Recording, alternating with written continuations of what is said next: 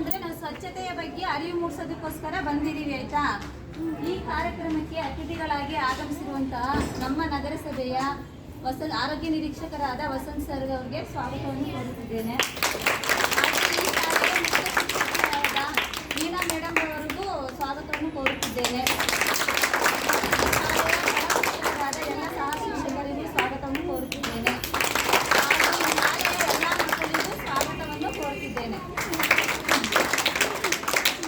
ಮತ್ತೆ ಮೊದಲನೇದಾಗಿ ನಾನು ಈ ಸ್ವಚ್ಛ ಭಾರತದ ಬಗ್ಗೆ ಸ್ವಲ್ಪ ಅಭಿಯಾನದ ಬಗ್ಗೆ ಸ್ವಲ್ಪ ನಿಮ್ಗೆ ಹೇಳ್ಕೊಡ್ತೀನಿ ಆಯ್ತಾ. ಈ ಸ್ವಚ್ಛ ಅಂದರೆ ಏನು ಹೇಳಿ?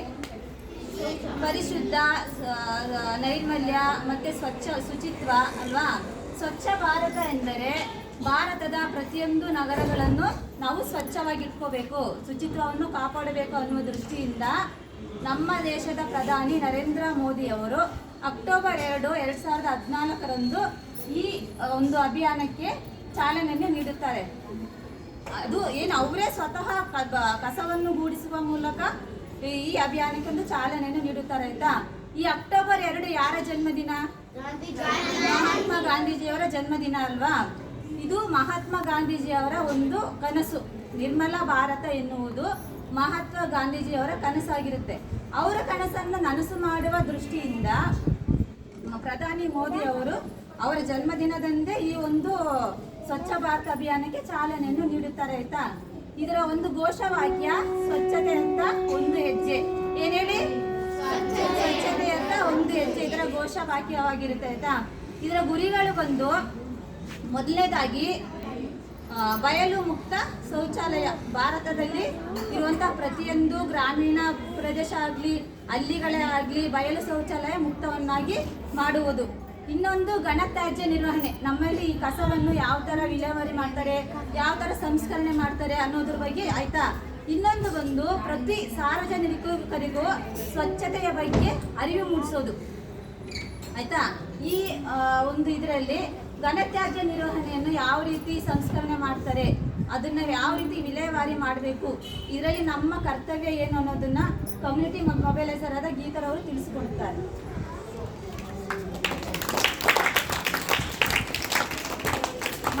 ಎಲ್ಲರಿಗೂ ನಮಸ್ಕಾರ. ನಿಮ್ಮೆಲ್ಲರಿಗೂ ತ್ಯಾಜ್ಯ ಅಂದ್ರೆ ಏನಂತ ಗೊತ್ತಾ? ತ್ಯಾಜ್ಯ ಅಂದ್ರೆ ಏನ್ ಹೇಳಿ? ಕಸ. ನಮ್ಮ ಮನೆಯಿಂದ ಪ್ರತಿನಿತ್ಯನೂ ದೈನಂದಿನ ಚಟುವಟಿಕೆಗಳಲ್ಲಿ ನಮ್ಮ ಮನೆಯಿಂದ ಬರುವ ಆಮೇಲೆ ಕೈಗಾರಿಕಾ ಸಂಸ್ಥೆಗಳಿಂದ ಬರುವ ಕಸವನ್ನು ನಾವು ತ್ಯಾಜ್ಯ ಅಂತ ಹೇಳ್ತೀವಿ. ತ್ಯಾಜ್ಯದನ್ನ 2 ರೀತಿಯಾಗಿ ನಾವು ಬೇರೆ ಮಾಡ್ಬೋದು. ಒಂದು ಹಸಿ ಕಸ, ಇನ್ನೊಂದು ಒಣ ಕಸ. ಹಸಿ ಕಸ ಅಂದ್ರೆ ಏನು ಗೊತ್ತಾ? ಎಲ್ಲರಿಗೂ ಗೊತ್ತಾ ಹಸಿ ಕಸ ಅಂದ್ರೆ ಯಾವ್ಯಾವು ಅಂತ ಹೇಳಿ?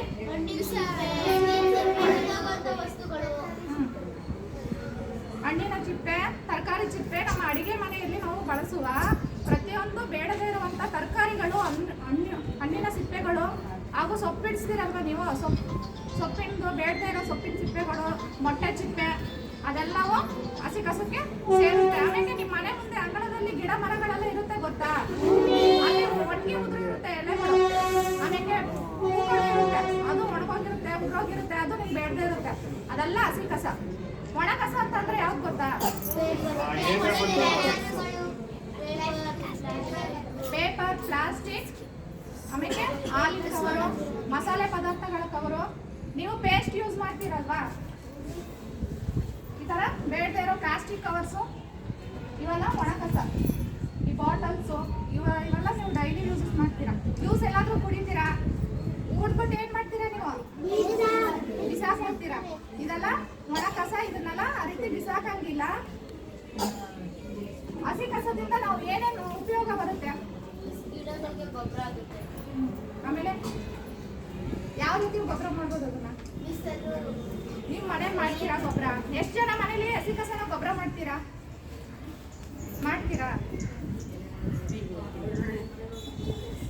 ಮಕ್ಕಳೇ, ಫಸ್ಟ್ ಆಗಿನ ಕಾಲದಲ್ಲಿ ಎಲ್ಲರೂ ಪ್ಲಾಸ್ಟಿಕ್ ಅನ್ನೋದೇ ಒಂದು ಪ್ಲಾಸ್ಟಿಕ್ ಬಳಕೆ ಅನ್ನೋದೇ ಇರ್ಲಿಲ್ಲ.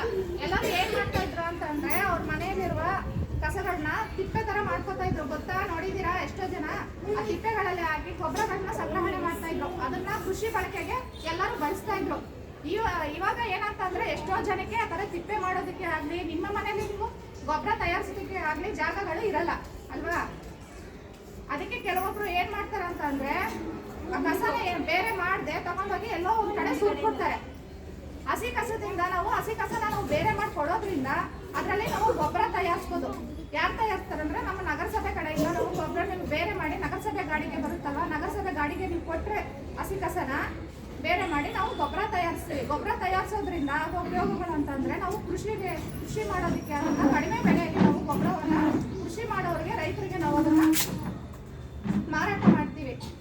ಮಾರಾಟ ಮಾಡೋದ್ರಿಂದ ಅವರು ರಾಸಾಯನಿಕ ಮುಕ್ತ ಗೊಬ್ಬರಗಳನ್ನ ರಾಸಾಯನಿಕ ಮುಕ್ತ ಬೆಳೆಗಳನ್ನ ಅವರು ಬೆಳೆಯಬಹುದು. ಈ ಪ್ಲಾಸ್ಟಿಕ್ ಕವರ್ಸ್ ಇದೆಯಲ್ವಾ, ಇದು ಒನ್ ಟೈಮ್ ಪ್ಲಾಸ್ಟಿಕ್ ಕವರ್ಸ್ ಗೊತ್ತಾ? ಇದು ಮತ್ತೆ ಯೂಸ್ ಮಾಡಕ್ಕೂ ಆಗಲ್ಲ, ರೀಸೈಕಲಿಂಗು ಮಾಡಕ್ಕಾಗಲ್ಲ. ಬಟ್ ಇಲ್ಲಿದೆ ನೋಡಿ, ಈ ಬಾಟಲ್ಸ್ ಇದೆಲ್ಲ ಆ ರೀತಿ ಅಲ್ಲ, ಇದನ್ನೆಲ್ಲ ರೀಸೈಕಲಿಂಗ್ ನಾವು ಮಾಡ್ಬೋದು. ಈ ಪ್ಲಾಸ್ಟಿಕ್ ಬಾಟಲ್ಸ್ ಮನೆಯಲ್ಲಿ ನೀವು ಪ್ಲಾಸ್ಟಿಕ್ ಡಬ್ಬ ಇರುತ್ತಲ್ವ, ಇದನ್ನೆಲ್ಲ ನೀವು ಪದೇ ಪದೇ ರೀಯೂಸಸ್ ಮಾಡ್ತಾ ಇರ್ತೀರಾ. ಈ ತರ ಏನೇ ಇರ್ಬೋದು, ಪ್ಲಾಸ್ಟಿಕ್ ನೀವು ಬರೆಯೋ ಪೆನ್ ಅಂತ ಇರ್ಬೋದು, ಇವಾಗ ಹಲ್ಲುಚ್ತೀರಾ, ಬ್ರಷ್ ನಿಮ್ಗೆ ಬೇಡದೇ ಇರುತ್ತೆ, ತೆಂಗಿನೆಣ್ಣೆ ಬಾಟ್ಲ್ ಇರ್ಬೋದು, ಇನ್ನು ಕೆಲವುಗಳನ್ನ ಪ್ಲಾಸ್ಟಿಕ್ನ ನೀವು ಪದೇ ಪದೇ ಬಳಸುವಂತ ಪ್ಲಾಸ್ಟಿಕ್ಗಳು ನಿಮ್ಗೆ ಬೇಡದೇ ಇರ್ಬೇಕಾದ್ರೆ ಅದನ್ನ ನೀವು ಬೇರೆ ಮಾಡಿ ನೀವು ಮನೆ ಮುಂದೆ ಗುಜ್ರಿನವ್ರು ಬರ್ತಾರೆ ಗೊತ್ತಾ, ಹಳೆ ಬುಕ್ ಪೇಪರ್ ಅಂತ ಮಾಡೋರು ಬರ್ತಾರೆ ಗೊತ್ತಾ, ಅಂತವ್ರಿಗೂ ಕೊಡ್ಬೋದು, ಕೊಟ್ಟು ಮಾರಾಟನೂ ಮಾಡ್ಬೋದು. ಇಲ್ಲ ಅಂತಂದ್ರೆ ರೀಸೈಕಲಿಂಗ್ ಮಾಡ್ಬೋದು. ರೀಸೈಕಲಿಂಗ್ ನೀವು ಮಾಡೋಕ್ಕಾಗುತ್ತಾ? ನೀವು ಮಾಡೋಕ್ಕಾಗಲ್ಲ. ನಮ್ಮ ನಗರಸಭೆ ವ್ಯಾನ್ಗಳು ಬರುತ್ತೆ, ಅದರಲ್ಲಿ ನೀವು ಪ್ಲಾಸ್ಟಿಕ್ ಕಸನ ನೀವು ಬೇರೆ ಮಾಡಿಕೊಟ್ರೆ ಅವರು ರೀಸೈಕಲಿಂಗ್ ಮಾಡ್ತಾರೆ. ಆದ್ರೆ ಇಂಥವ್ರ ರೀಸೈಕಲಿಂಗ್ ಮಾಡ್ಬೋದು, ಇಂಥವ್ರ ರೀಸೈಕಲಿಂಗ್ ಮಾಡೋಕ್ಕಾಗಲ್ಲ.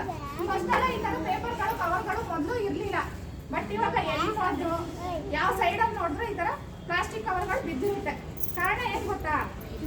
ಫಸ್ಟ್ ನಾವು ಒಂದು ಅಂಗಡಿಗೆ ಹೋಗ್ಬೇಕಾದ್ರೆ, ಒಂದು ತರಕಾರಿ ತರಬೇಕಾದ್ರೆ ಏನು ಮಾಡ್ತಾ ಇದ್ವಿ, ಮನೆಯಿಂದ ಬ್ಯಾಗ್ ತಗೊಂಡು ಹೋಗ್ತಾ ಇದ್ವಿ, ಇಲ್ಲಾಂದ್ರೆ ಬಟ್ಟೆ ಚೀಲ ತಗೊಂಡು ಹೋಗ್ತಾ ಇದೀವಿ. ಬಟ್ ಇವಾಗ ಏನ್ ಮಾಡ್ತೀವಿ ಅಂತಂದ್ರೆ ಯಾರು ತಗೊಂಡು ಹೋಗಲ್ಲ. ಅಲ್ಲಿ ಕವರ್ ಇರುತ್ತೆ, ಹೋದ್ರೆ ಕವರಲ್ಲಿ ಹಾಕಿ ಕೊಡ್ತಾರಲ್ವಾ, ನಾವೇನು ತಗೊಂಡು ಹೋಗಲ್ಲ ಅನ್ನೋ ರೀತಿ ಇದಾಗ್ಬಿಟ್ಟಿದೆ. ಈ ಕವರ್ಸು ಯಾವುದೇ ಕಾರಣಕ್ಕೂ ಮಣ್ಣಿನಲ್ಲಿ ಹಾಕಿದ್ರೆ ಕೊಳೆಯೋಲ್ಲ. ಇದು ಕೊಳೆಯೋದಿಲ್ಲ. ಇದು ಮಣ್ಣಿನಲ್ಲಿ ಹಾಕಿ ಕೊಳೆಯೋದ್ರಿಂದ ಅಂದ್ರೆ ಮಣ್ಣಿನ ಫಲವತ್ತತೆಯನ್ನು ಇದು ಹಾಳು ಮಾಡುತ್ತೆ. ಆಮೇಲೆ ಮಣ್ಣು ವಿಷಕಾರಿಯಾಗಿ ಮಾರ್ಪಡುತ್ತೆ. ಇದನ್ನ ಕೆಲವೊಬ್ರು ಏನ್ ಮಾಡ್ತಾರೆ ಅಂತಂದ್ರೆ ಬೇರೆ ಮಾಡಿ ಗಾಡಿ ಕೊಡೆ ಅಂತಂದ್ರೆ ನಾವು ನೀರೊಳಗೆ ಹಾಕ್ತೀವಿ, ಸುಡ್ತೀವಿ ಅಂತಂದ್ರೆ ಹೇಳ್ತಾರೆ. ಇದನ್ನ ಸುಡೋದ್ರಿಂದನೂ ವಿಷಕಾರಿ ಅಂಶಗಳು ಅನಿಲವಾಗಿ ಮಾರ್ಪಟ್ಟು ಅದು ನಾವು ಉಸಿರಾಡೋ ಗಾಳಿಯಲ್ಲಿ ಸೇರಿ ನಾವು ಉಸಿರಾಡ್ಬೇಕಾದ್ರೆ ಆ ವಿಷಕಾರಿ ಅಂಶಗಳನ್ನ ನಾವು ಉಸಿರಾಡೋದ್ರಿಂದ ನಮಗೂ ತೊಂದರೆಗಳು, ಆರೋಗ್ಯ ಸಮಸ್ಯೆಗಳು ಉತ್ಪತ್ತಿ ಆಗುತ್ತೆ. ಅದರಿಂದ ನೀವು ಆದಷ್ಟು ನಿಮ್ಮ ಅಂಗಡಿಗಳಿಗೆ ಹೋಗ್ಬೇಕಾದ್ರೆ ನಿಮ್ಮ ಮನೆಯಲ್ಲಿ ನಿಮ್ಮ ತಾಯಿಂದ್ರಿಗೆ ಹೇಳಿ, ನೀವು ಅಷ್ಟೇ ನಿಮ್ಮನ್ನ ಅಂಗಡಿಗೆ ಏನಾದರೂ ನಿಮ್ಮ ತಾಯಿಂದ್ರಿಗೆ ಕಳಿಸಿದ್ರೆ ಆದಷ್ಟು ಬಟ್ಟೆ ಚೀಲನ ತಗೊಂಡೋಗಿ, ಇಲ್ಲಾಂದ್ರೆ ಬ್ಯಾಗ್ನ ಕ್ಯಾರಿ ಮಾಡ್ಕೊಂಡು ಹೋಗಿ ಆದಷ್ಟು ಈ ಪ್ಲಾಸ್ಟಿಕ್ ಕವರ್ಸ್ನ ಬಳಸೋದನ್ನ ಅವಾಯ್ಡ್ ಮಾಡಿ. ಸರಿನಾ?